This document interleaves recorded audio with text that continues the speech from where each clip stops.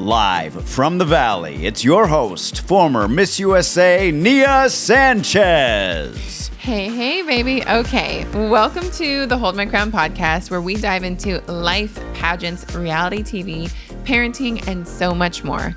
Join us for special guests from your favorite reality shows and some of my very good friends, other beauty queens. This is Hold My Crown. Hold my crown. Hey there. Welcome back to another episode of the Hold My Crown podcast. Y'all, I am a queen because I pushed out 2 babies. Yes, you are. From my body. Yes, you are. We are talking about the birth story of the twins today. And don't you worry, there's nothing scary in it. So if you're like, I don't know if I want to listen, it's a good birth story. That's true. It's a very redemptive birth story because we had a crazy pregnancy and a crazy last few days before actually giving birth. But we are going to get into all of it today. Before we tell you the birth story, though, Daniel, what are some highs and lows of having twins? We made it to a year. By the time you hear this, the girls will have just turned a year yesterday. So we did it. We did it. We survived. Did it. Somehow we survived. It's been insane and crazy and beautiful and the best and absolutely bonkers. And if you watch us on the Valley, we started recording after the girls were only 5 weeks old. Like, I just got out of diapers. So we not exaggerating. If you don't know this, you wear diapers after giving birth. Yes. Literally like adult diapers. And I think I got out of diapers at like 3.5, 4 weeks. So like a week and a half later, we pick up cameras. Life is crazy. It was insane. Yeah. It's all a blur. A lot of sleepless nights. Yes. In the filming. But highs and lows, I mean, these girls are just little angels. I'm just absolutely, I'm obsessed with my children. It's just crazy. But to see their personalities that they've just, had more and more and more, every day is changing. And I mean, the birth, as you'll hear, was absolutely beautiful when it happened, besides all the stuff that led up to it. Like, you'll laugh with us at the stuff that led up to it. It wasn't fun for me, but it's like funny to listen to. Crazy. It's crazy. We can tell it all. It'll entertain you guys. What are like some milestones that the girls are doing right now that are fun to interact with? I mean, crawling on all fours. So, okay, our girls are army crawlers. They started army crawling at like 7 months, and that's how they got everywhere. And I was like, dang, these girls are never going to go up to their hands and knees. That's okay. They're going to go from army crawling to walking. It is what it is. Every baby is different. Asher was pretty much straight to like hands and knees. Right. Yeah, these girls army crawled everywhere. Now, Zariah was hilarious. She just did the one arm. Oh, and she only did one arm. It was like she was like a zombie. Excited. Like, just like one arm was working, one wasn't. So excited. I'd walk into the room and she'd see her across, and she'd get down on her one arm and just go. Yeah, she would like grunt, and she's like getting so excited to come to you. It's the cutest thing ever. But now, all of a sudden, as of literally yesterday, she just normal crawls everywhere. Yeah, she's all grown up. Like, stop it. She needs to stop. They need to stop growing. Yeah. Obviously, first words were dada. As on Valentine's Day, Zariah was like, That's Dada. Right. That's right. And looking straight at him, saying, Dada. Yeah. We get the very rare mama. It's still not common. Yeah. What other milestones? I just think they're so funny with their like little personalities hilarious. now. They clap, they wave, they play really well together. That is, having twins is honestly, I think, one of the hardest things. Because we've had one and we know how it is with one. We thought that was hard until we had twins. But something that's really sweet is that they now play together. So they will just go into a room, and we have an eye on them. Yeah. But they will go to like a little toy area and just pull out toys and share and play and like open books. And it's really sweet, and knowing that they can also entertain each other. Yeah. So that's great. The one thing with a toddler and twin babies, so Asher just last month turned 2.5, and the girls just this month are turning 1. Right. So they're so close in age, a year and a half apart. 90% of the time, Asher is so sweet playing with them. He'll bring them things. Like, there was one time where the baby was crying, and Daniel, just to himself, was like, oh, I think her teeth are hurting. Just said it to himself. Teething. Yeah. And then Asher leaves the room, comes back. He had gone to the freezer and got one of her ice cold teething toys and handed it straight to her by himself. Sweet. No one said, can you go get this? Right. He just heard Daniel say, oh, she's teething. Yeah. And then he went and got her a teething toy that was cold from the freezer. That's what my boy. a little angel. He is. So he's mostly good with 90. him. But then he's also a boy and he wants to like of the time. wrestle with him. 90% of the time he's gentle and loving. Yeah. And, but the other 10%, he's all boy. He's all boy. He's all boy. And he that's wants to okay. wrestle. Yeah. Don't touch his toy. He'll push you over. Yeah. Those types of things where, we're learning.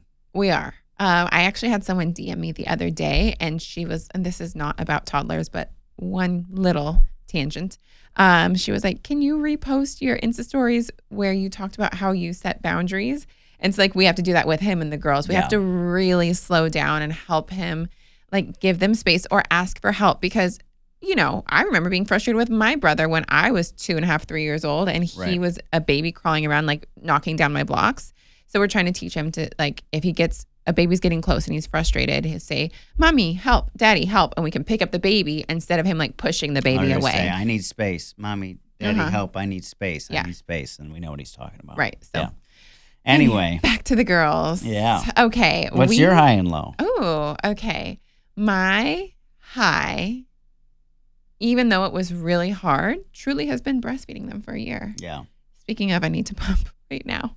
I haven't fed them enough today, and I feel like anywho. But I had the goal of breastfeeding for 6 months, like at least get through that first period till they start getting to solids. And if I could go to a year, I would. Yeah. And they just turned a year, and we are still breastfeeding, but not a lot. And that is like, sometimes I can tell when they want to, for like comfort, they'll like rub their head on my shoulder or my like, collarbone area, and they're trying to like get into my shirt. Yeah. And I'm like, okay, I got you, girl. But I'm happy. I think we will slowly start weaning, but like Asher stopped by himself at 15 months, like a month or two after, 2 or 3 months after he turned 1. Because I was pregnant. So these girls, we'll see how the weaning goes. Interesting. So that was a high. It is a high. I'm grateful that my body is supplied enough, and it's been a lot of work, and I've had to like be intentional with what I eat and my hydration and all of that. A low is definitely the postpartum depression and baby blues. And I do feel like I have a level of postpartum anxiety. I have not told you about this, but I am going into, I try not to dwell on like thoughts, but with the anxiety and the intrusive thoughts, like I get really bad in my head when it comes to thinking about summer.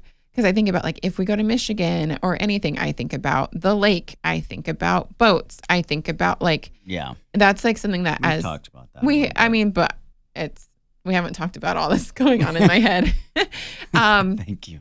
And that's something that a lot of women deal with. Postpartum, all of that anxiety, and it's been hitting me more. It started with when they were eating solids, and I was having a lot of anxiety around them eating solids. I was you were carefree with I was like, I've done the research. I know what's good.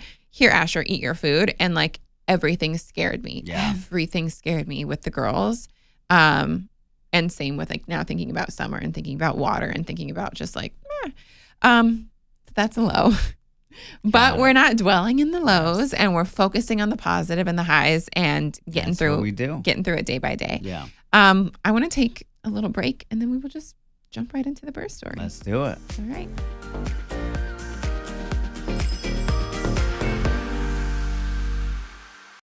If you're a new parent, a bad day means you either ran out of coffee, diapers, patience, or all of the above.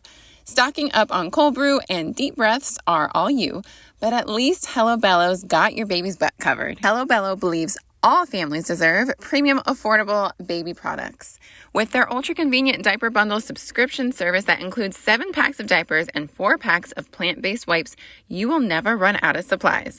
Better yet, they're delivered to your door. Set, change, and cancel your delivery schedule whenever you want. I love that. So convenient. As a busy mama to 3 under 3, and all 3 of them are in diapers, I know how hard it is to remember to have everything you need to buy all the time. This is a busy parent's dream. Named Best Diaper Subscription by New York Magazine and winner of the 2022 Good Housekeeping Parent Award, Hello Bello will keep you well stocked on diapers and wipes. Go to hellobello.com/holdmycrown to get 30% off your first customized bundle and a full-size freebie product of your choice. That's hellobello.com/holdmycrown to start bundling with 30% off your first order. Don't forget, that's hellobello.com/holdmycrown.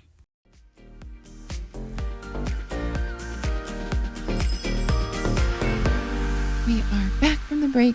And we are going right into the birth story. Oh, baby. I'm so excited for this episode. Oh, babies. Wherever you can, if you can comment or any of that, like drop a comment. Let me know what you think about our birth story. It is wild, but fun. And it was like, to me, also redemptive in a way that I thought Asher's birth was good overall until I compared it to this birth and like relived it a little bit. And I was like, oh, there was not good moments. Really? Yeah. When I felt like my body was being ripped apart and I was crying and almost throwing up and all that. Yes. Well, that was with Asher. You didn't that was. have that I'm with saying I had a good experience this time, and now when I look back at Asher's, I'm like, oh, right. That wasn't as great as I thought it was. Yeah. It was great, but anywho, let's get into the girl's birth story. Where would you like to start, my love? Let's start the first time I guess we went to the hospital. Are you talking about to give birth? Yeah. Okay, I was like, not when we found out we were pregnant. No, just birth. Right. Okay. So you had developed a rash. Around 35 weeks, I started to develop a little rash. Yes. Just a little one on my belly. And I went to my doctor. I'm like, there's some bumps and they're like a little uncomfortable. And she was like, oh, okay. Let's keep an eye on it. Let's just keep an eye on it. Yeah. And then it started so it started like in my stretch marks, like little bumps. Mm-hmm. And then it spread. And then it spread. And then it spread. And I was like, this is really, really uncomfortable. And like, I'm waking up at night, scratching my belly. And like, she gave me all these tips, like do an oat powder bath, like blend oatmeal and like make it powder. It's very soothing. And like put this like lotion on. We had all these tips and tricks. And I don't want to spend too much time on this, but long story short, the rash got progressively worse. It covered my entire stomach. It was like insane. It was so red, so irritated. Nothing helped. I was like having ice packs to try to calm the inflammation. And this was like 35 going into like middle of week 36. And for those of you that don't know, full-term pregnancy is 40 weeks. So I am a month before a full-term pregnancy. Mm-hmm. But for twins, you're considered full-term at 37 weeks. I was hoping to go to 38. I wanted to get just past and like as close to 40 as I could in like a healthy way, because I don't want you to get too close to 40 weeks because the babies get too big and there can be complications. So I was like, let me get to 38 weeks. And my doctor was on board. She was like, 37 weeks and 6 days. That's as long as we can go. And you will do stuff to induce you and get you having a baby. I wanted to go into labor naturally. I thought I would go into labor naturally.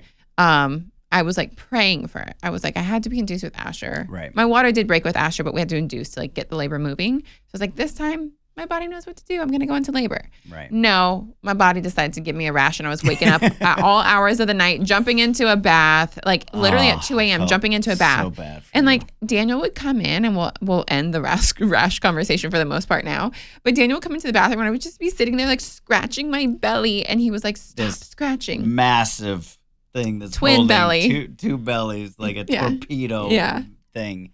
And just had everywhere, just rash, bumps. And Daniel would be like, stop scratching. I'm like, you don't know what I'm experiencing right now. Get out of here if you don't want me to scratch. Like, don't look at me. Yeah. Oh, it was so bad. So cut to, I'm now not sleeping well because I'm waking up at all hours of the night, like scratching. Itching so bad. And it was like torture. It was torture. Yeah. So I called my doctor and I was like, I don't know how long I can do this, but like, I want to keep going. Like, is there anything else we can do? And this was at like 36 weeks and 6 days. And she was like, she called me back the next day and she was like, no, it was 36 weeks and 6 days exactly. Yeah. And she was like, get to the hospital. And I was like, what? I'm not ready. Like, we did have a hospital bag packed. Yeah. But I didn't feel mentally ready to give birth. We had nothing packed. Yeah, exactly. I didn't feel mentally ready to give birth. So we went to the hospital because my doctor said, go to the hospital. Well, because the rash had gotten so bad and you were so close to 37 is if once you give birth, 99% of the time the rash goes away. Yeah, they're like, if you give birth, the rash will go away. Like you're pretty much at 37 weeks. You've done all the hard work to keep these babies in. Like I was on bed rest. It was a whole thing. So it's like, you made it. like, let's just get these babies out so your rash will go away. Yeah. So I was like, okay, but we went and then. So we go and we get checked in, we go in to a room to get checked in. We go in a room to get assessed. Triage. And the nurse comes in and she says, okay, so, really your only option here is to get induced. A medical induction, which means they like put an IV in and they give you like chemical medical Pitocin. Pitocin. Yeah. And I was like, let's not do all the chemicals this time. But yeah, and later we found out, with the Pitocin on Asher, you really had PTSD. Yeah, we found that out later, but you're cutting to like the end of the story. No, not the end, but that's, you were very afraid to I was afraid of Pitocin. There was a fear, and I knew that, but I didn't know the extent of it. So she left. She was like, you guys think about it, but we would check you in. And you won't be going home. And you won't be going home. Until you got your babies. You got your babies. So she left, and I was like, well, what do you want to do? She's like, it's 11:30 at night. I was like, let's go home and get a good night's sleep. Yeah. She's like, I don't want to sleep here. What was I thinking, though? I was like, well, I'm not going to get a good night's sleep in a hospital bed. Like, let's go home and get a good night's sleep and come back tomorrow. Yeah. So one thing I will say, if anybody is like trying to give birth at Cedars, rooms 1 through 8 have windows. We were in room 8 when we gave birth to Asher. We had a window. We did not know how lucky we were. And when we were there, I was like, ooh, is any like 1, 2, 3, 4, any of those rooms available? And she was like, yeah, we could put you in room 2. And I was like, because she said that person is just leaving, like that's going to be available. And I was like, oh my gosh, yay. But I was like, but I don't want to give birth right now. We'll come back tomorrow and like whatever.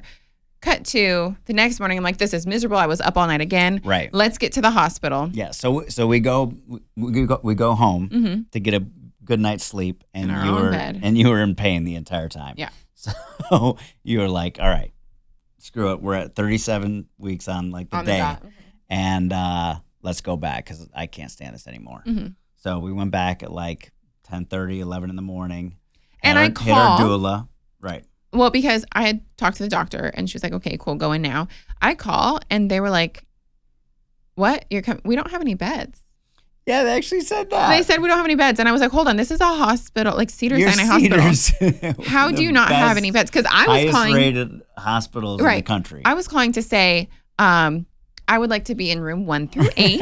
I would like a view. I hear you can see the mountains and the Hollywood sign. Can I please have one of those really nice rooms? And I call and they say, we don't have any beds available. What do you mean you're coming? And I was like, how don't you have any beds available?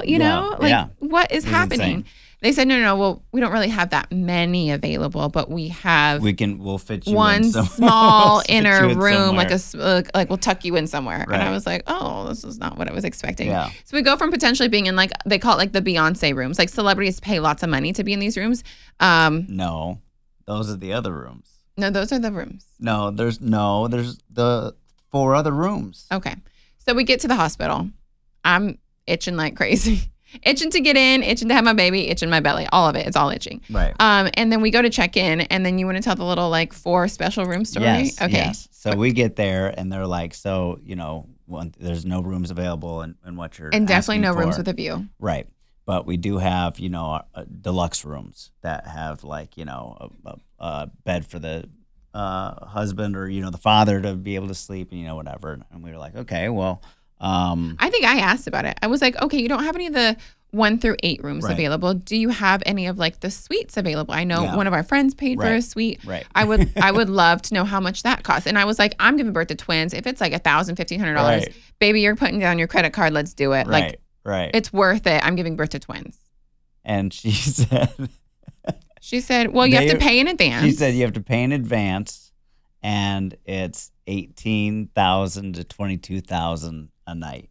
I think up to $24,000 a night. That was 18 to 22. It could be 18 to 24. Yeah, not $1,800, $18,000, and you don't even know if you're going to go in, start your labor, and you're out of there in 3 hours because you gave birth real quick. Yeah, like it does not matter, and that's per night. Oh, and no, so she was like, to be able to even see the rooms, you have to put a card down. You have to pay in advance to see the rooms. Yeah, and we were like, oh my gosh, 18. Okay, we're not going to get those, and she's like. Actually, you couldn't even have. They're all booked up. Like, who's paying for it? Is Beyonce in there right now paying $24,000 a night? Wild. It's insane. So we're like Cedars, only at Cedars. Yeah. And I actually have a little like tightness in my chest thinking about it right now. They put us in, I call it a shoebox. It felt like a shoebox, a room with no windows, like the one door kind of felt dark. And I was just like, oh, this is where I'm going to like be laboring. It's supposed to be like a positive, peaceful space. You want to feel safe.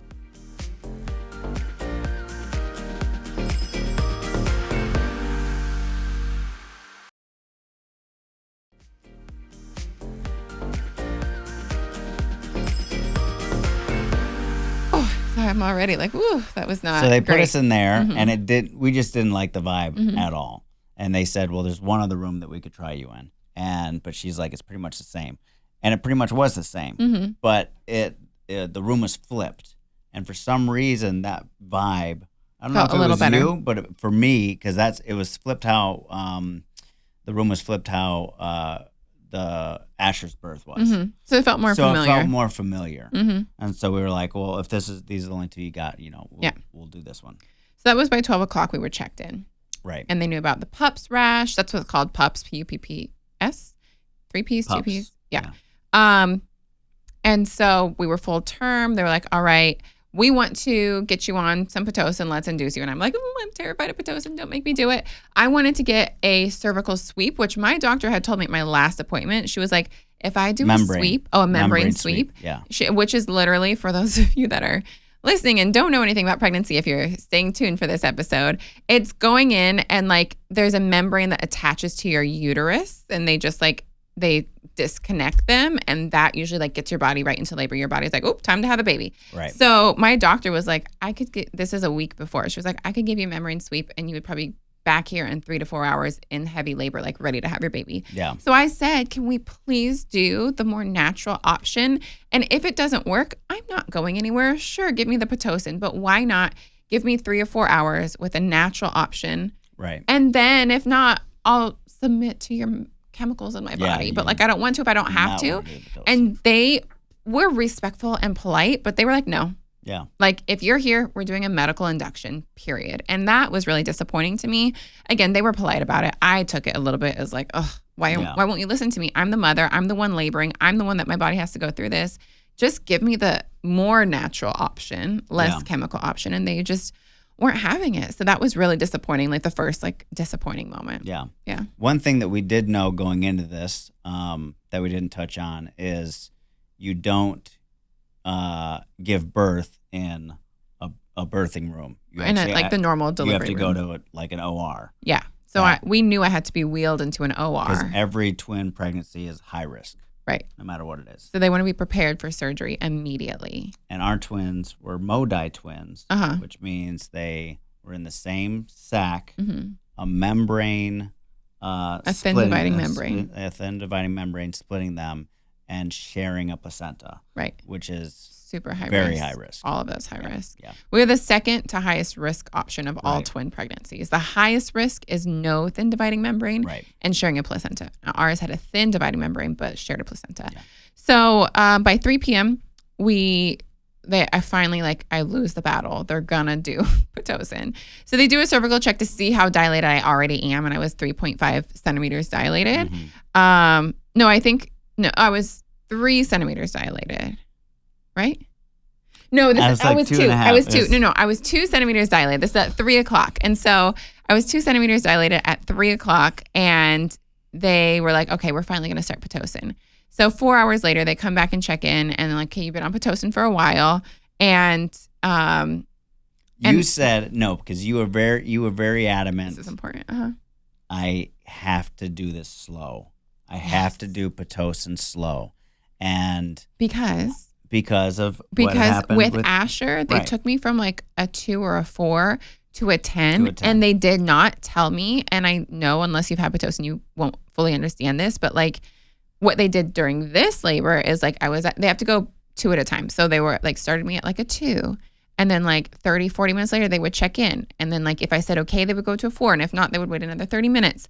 And so they slowly worked me up to a 10, whereas I wasn't progressing during Asher's labor. So they were like, you're at a 2. she's not progressing. And they just pressed up and like went straight to a 10 without warning, without telling me. They didn't say we're taking you to a 10. They just did it. And I went from dancing, singing, doing my makeup, doing phone calls. This is during Asher's pregnancy. We're going backwards a whole pregnancy. To crying and like gritting my teeth and like thinking my body was being ripped apart shaking. And like screaming for an epidural. And I already had a half epidural in, like a walking epidural. Yeah. And I was just like, and they're like, I remember when the epidural guy came an hour later. We need to tell another birth story. Long story short, this is the positive birth story. Long story short, the last one wasn't great. This one was so much better. So they went slow. They did. They went slow for me. I was just thinking, we're going to be here for days. I'd rather be there for days than have another bad experience. We're going to be here for days because, she's like, and again, with our doula and the nurses are like, this could be happening pretty quick, da-da-da-da-da. Oh, yeah. But I just knew from the last time until she was like not dancing and not playing cards and not blasting. We were playing Usher, but who was our girl? Shania Twain. Usher and Shania Twain were like our playlist. Yeah. And Selena. I was like, she is not dilating at all. Okay. And that was the truth. So we were 2 centimeters. And mind you, let's stop. You also were still having crazy flare-ups with these pups. Yeah, it would flare up every few hours. And you aren't supposed to get off your IV too. Right. But they said you were like, I have to be able to go to the shower. So to take a cold shower. They gave us 10 minutes, 10 or 12 minutes. 12 minutes. Every few hours? Like every time it would flare up. Yeah. We would unhook her. I would get her to the shower. She would just shower. Ice cold water. Yeah. Just like for some relief. Then I would get the anti-itch cream and just like put it all over her body. Yeah.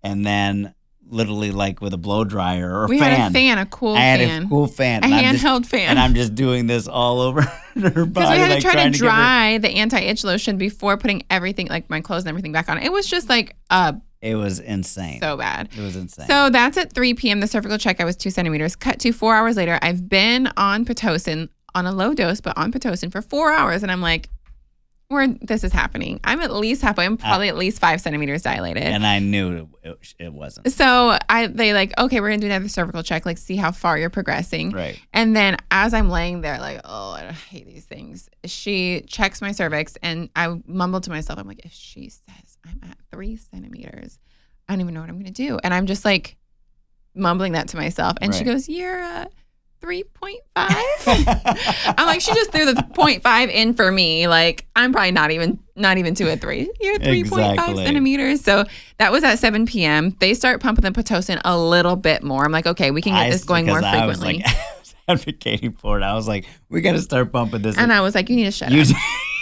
I was like, don't you tell them what to put into my body. I will tell them what to put in my body. I was like, we're going to be here for days and days and days. Yeah. We got to get this going. Yeah. So from 7 p.m. to like 11 p.m., we are playing cards. We are dancing. We are watching movies. We're just like trying to live our best life. Right. Having broth. They only let you have liquids. Although, I'm going to say it. We snuck food in. And for pregnant women, that's like a big no-no. But it was light food and it was more like snacks. No, I didn't eat like a burger. Yeah. And they say you shouldn't eat because like you could, like if they have to put you under whatever, like, asphyxiate or like you could poop. Not that, or like they want you to throw up a lot. Or don't want you to throw up if you get nauseous food. Or like whatever. And when you're pushing, you could. There's poop, yes. Yeah. So, just pregnancy things. So, but I'm like, no, I need to have energy for like giving birth. So I'm going to have a little bit of like protein balls, like little snacks that we had prepared. Cut to 11 p.m. Do you remember what happened at 11 p.m.? Is this the hives? Mm-hmm. Oh my gosh. You want to tell your version of it? It was terrible. So she's... But funny, you guys will laugh. No, this is not going to scare anybody. Like pups is so rare. Yeah. And this doesn't happen on top of my pups. Yeah. So I think you were already standing up. Yeah. And you were like, hey, can you come look at something? Because I feel like it's getting really itchy I'm back getting extra itchy. I was already itchy everywhere. Yeah. And I go back and, I feel like I'm getting hives thinking about it. Undo the thing because she's obviously naked. She's got the gown on. And I open it up. And what up? Open your gown. Your gown. Uh-huh. and you have these massive, like $50 size hives on top of my rash. on top of your rash, On and on top top of of my like rash. each other. Like it Yes. was like so bad. It was so And well, wait. So we're like, okay, let's get a nurse in here because this, Yeah. hives, you got to really, really, be careful of because they can go internal and they can, cause real damage if you're having like an allergic reaction to something. Yeah, if it's a reaction, yeah. So we have a nurse come in, and bless her heart, she must not have been there for very long, or she was like, low on the totem pole of nurses or whatever it is. She was great. But she was like, oh, yeah, that's okay. We got to call this in. So she gets on the phone and she's like, hey, I'm in room and Miss Booko. She's developing some hives on her butt crack. It's like she was trying to find the right medical term for butt crack. Like on her gluteus maximus not or on upper the glutes. gluteus. Yeah. In the crack. It was in the crack. Oh, I it had to makes me, spread like, the sick crack and thinking like about look it. at these hives that And were they just were like coming out massive. and be like, ah. Oh, you guys, it was so bad. It was so bad. And you had been itching them for a while, so that you were like putting water on a plant. You're feeding them. You were feeding them. So she says that, and she's like, yeah, yes, the butt crack, yes, the butt. So they come in and they're like, look, we got to get these hives. Obviously, we want to give you some Benadryl. And liquid Benadryl through your IV. I was like, give me the good stuff. Yeah. Down. But also, when you're in labor, it's important to like try to be upright as possible because gravity will help progress the labor, like open you up a little more, get your cervix open, all that kind of stuff. So like this whole time up until this moment, till 11 o'clock at night, for the most part, I am dancing. I am stretching, like with my massive pregnant twin belly. I am like, we're playing a card game and I'm standing up the whole time. Like, yeah, we're having a great time, but I'm standing up to like get my body to like make this labor progress. Right. And so I was like, okay. I think if you give me the medication, I can still like stand up and like keep this labor moving. I don't want to lay down. I don't want to stall the labor. It was actually scary how like I was like, quick. It hit me quick. They put it in the IV and I could barely stand. I could barely think. She was gone, baby, gone. Oh, I slept the whole night. She passed out in 10 minutes. Good night. After putting that IV sleep. of Benadryl. Great night's sleep. Yeah. Passed out. And then cut to morning. Yep. 7 a.m. The nurses are switching out. Oh, it was the nurses. And the OB comes in around the same time. And you're thinking, look, I just slept all night. Yeah. The cervix. I'm ready. I got to sleep through my whole labor. Exactly. I'm ready to give birth. 10 centimeters dilated, 100%. Because they're still pumping the Pitocin. I'm ready. Well, yeah. I got to sleep through my whole labor. Now I'm ready to push. That's what I was thinking. I knew it wasn't. Just because you woke up happy. So my OB came in and she's like, let's do a cervical check, see where you're at. We haven't checked you in like since 7 p.m. So like 7 a.m. Like it's been 12 hours. Let's see where you're at. Right. And no, it was kind of good news. So I was at 5. It's horrible. Wow. In 12 we gotta hours. Get to 10, people. We have to get to 10. And it was 10 going centimeters. It took 12 hours to go from a 3.5 to a 5. So we made a game plan. We're like, okay, we're going to break my water. My water had not broken yet. We're going to break the water. And she was like, it's going to go so fast once your water breaks. But I didn't want the pain of breaking a water because what they do, they go in with something that looks like a crochet hook. Yeah. They go in there and they get the sack and they like rip it. Yeah. That's how they break your water. That sounds so painful to me, especially through the cervix. Heck no. So I got a full epidural and couldn't really feel anything. And then they broke my water and I was sitting upright and Daniel was like jumping for joy. I wish I had a video. Daniel was literally like bouncing off the wall, so happy. He's like, it's happening. I was like, break that water. Yes. Break that We're going to have a baby soon. That. And it did. And then all of a sudden, bam, like we were off to the races. Yeah. So then that was 9 a.m. was the actual cervical check.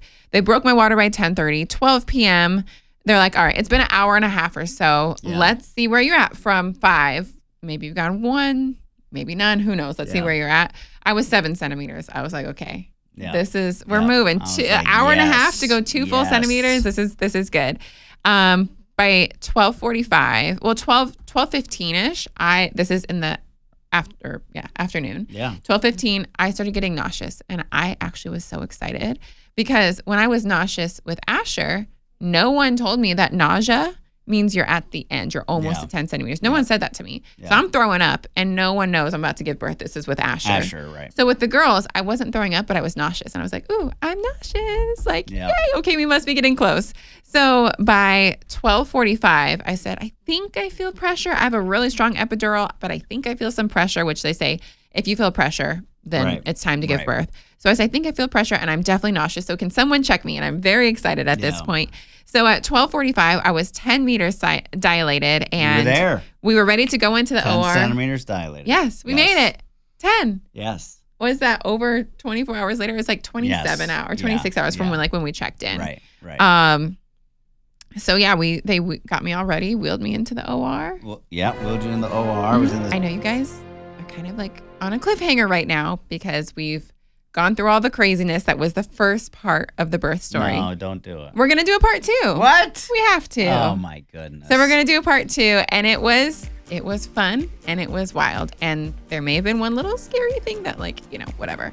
We very entertaining. So you're leaving them hanging. Listening. Next episode will be part 2 of the birth story with the twins. It's only fitting that we have 2 parts to a twin birth story. Okay. All right. We will see you next time on the Hold My Crown podcast. Bye, guys. Woo woo. Yay Networks.